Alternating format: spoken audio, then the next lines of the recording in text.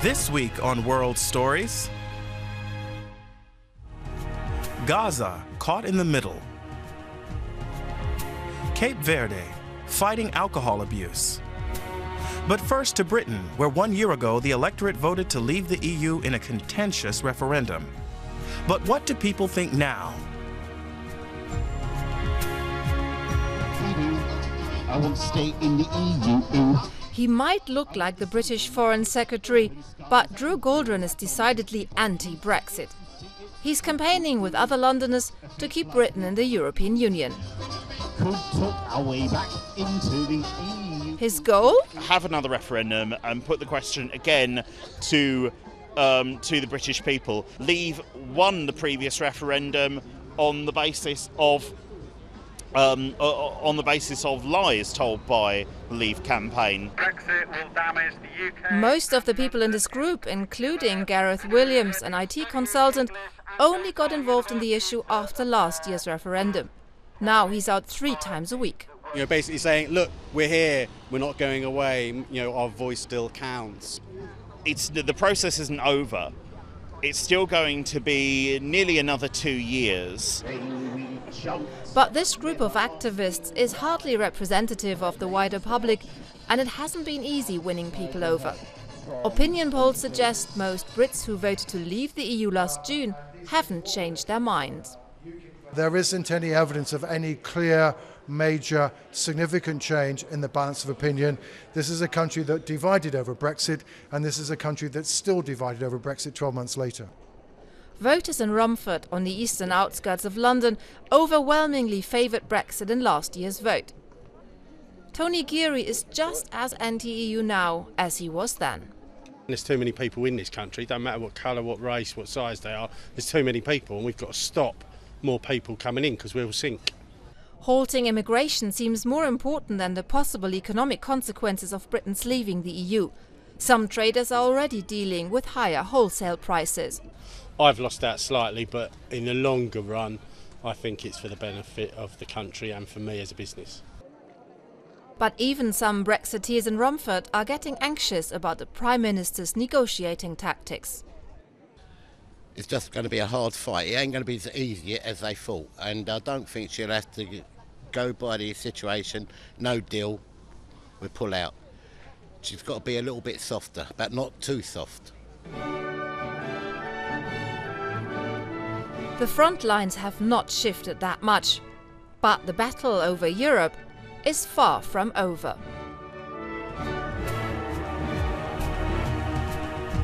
The Gaza Strip receives much of its electricity from the Israeli grid. But a dispute over who should pay the bill has resulted in daily power cuts. Residents often have to make do with as little as 2 hours of power a day. A quick phone call to a colleague nearby. Everyone in the neighborhood is waiting for an electricity worker to arrive. With the flick of a switch, they turn off the power in one neighborhood and power up somewhere else. Gaza is getting very little electricity from the Israeli grid. My colleague here was waiting for a call from someone at the eastern line to switch on the electricity. He just shut off the connection from the western side because this neighborhood's turn is over. Just a few streets away, Maiza Sultan hurries to fill the washing machine. Her neighborhood has electricity again, but only for a precious 3 hours a day. All of that in the middle of the summer. When the electricity comes on, I start washing my laundry and do anything else I need energy for. I have to do this all very quickly. The makeshift battery system, which supplies a little light during a blackout, also needs to be charged. Nothing works. Refrigerators, water pumps, elevators. Last week, the 2 million inhabitants of Gaza had to make do with as little as 2 hours of power every day. The situation here is going from bad to worse. But if our self-proclaimed leaders in Gaza and the West Bank would just consider more than their own interests and finally take the wishes of the people into account, then something might change.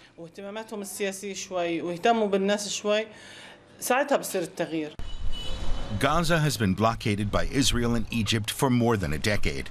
In April, Gaza's only power plant had to be shut down due to a lack of fuel. Since then, Gaza has depended on energy from Egypt and Israel.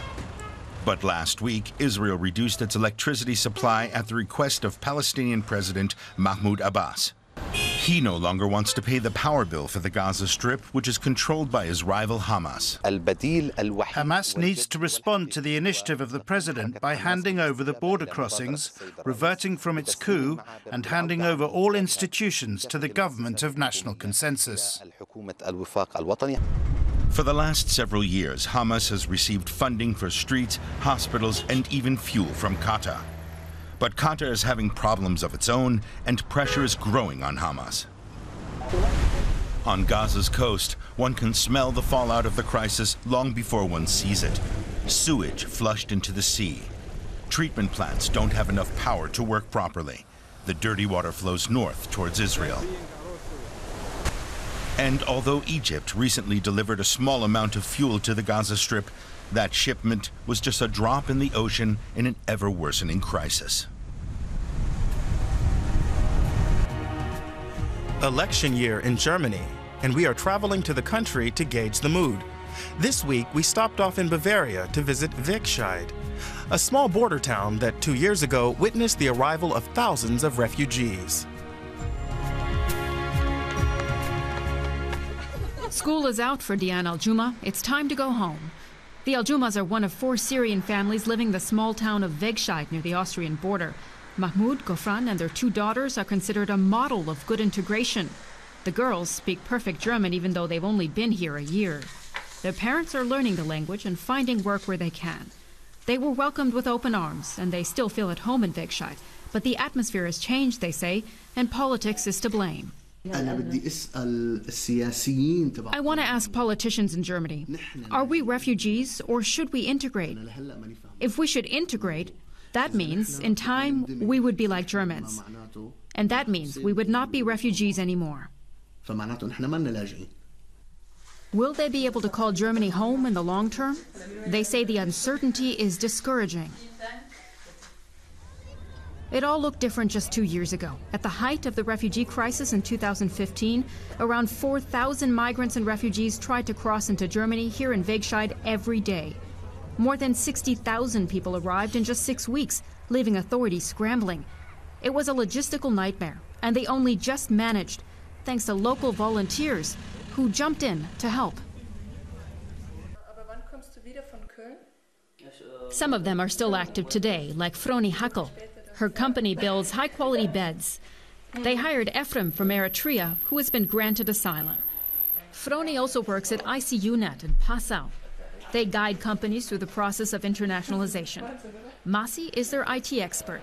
He and his family arrived here in 2013 from Herat in Afghanistan. They have been granted refugee status, but his future hangs in the balance. His asylum application was denied. He has an extension for the next year. While Syrian and Eritrean refugees are almost certain to be granted asylum, Afghan refugees are increasingly facing deportation. The solidarity for Masi is huge, not only because the situation is so absurd, but also because it's so personal for us.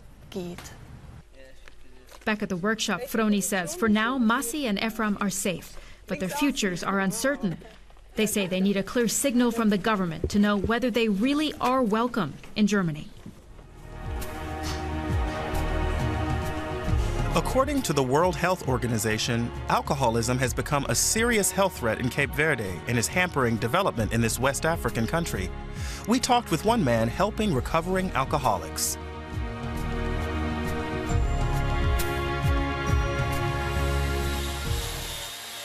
This wood was going to be thrown away. Now Janilson Fernandez is using his carpentry skills to make it into a cupboard. 9 months ago, he was struggling with alcoholism. Then he came for help at El Shaddai Tents, a rehab center in southern Cape Verde. Now he works from dawn till dusk, 7 days a week. The cupboard is a gift for his mother. Ela me ajudou muito. E me deu bastante conselho. She helped me very much. She told me to stop drinking alcohol, to overcome this addiction. Ele me apoiou muito. She supported me a lot and advised me. And now that I'm here in this rehab center, I think she'll be very happy with what I'm doing for her. When he was younger, Janilson dreamt of being a lawyer, but at the age of 19, he started drinking. Later, things got out of hand. Janilson punched his brother and was ordered to pay a fine he couldn't afford. He then started drinking heavily and spent all his money on alcohol. At El Shaddai tents, there are strict rules. All 40 residents of the center are woken up at 6:30 in the morning.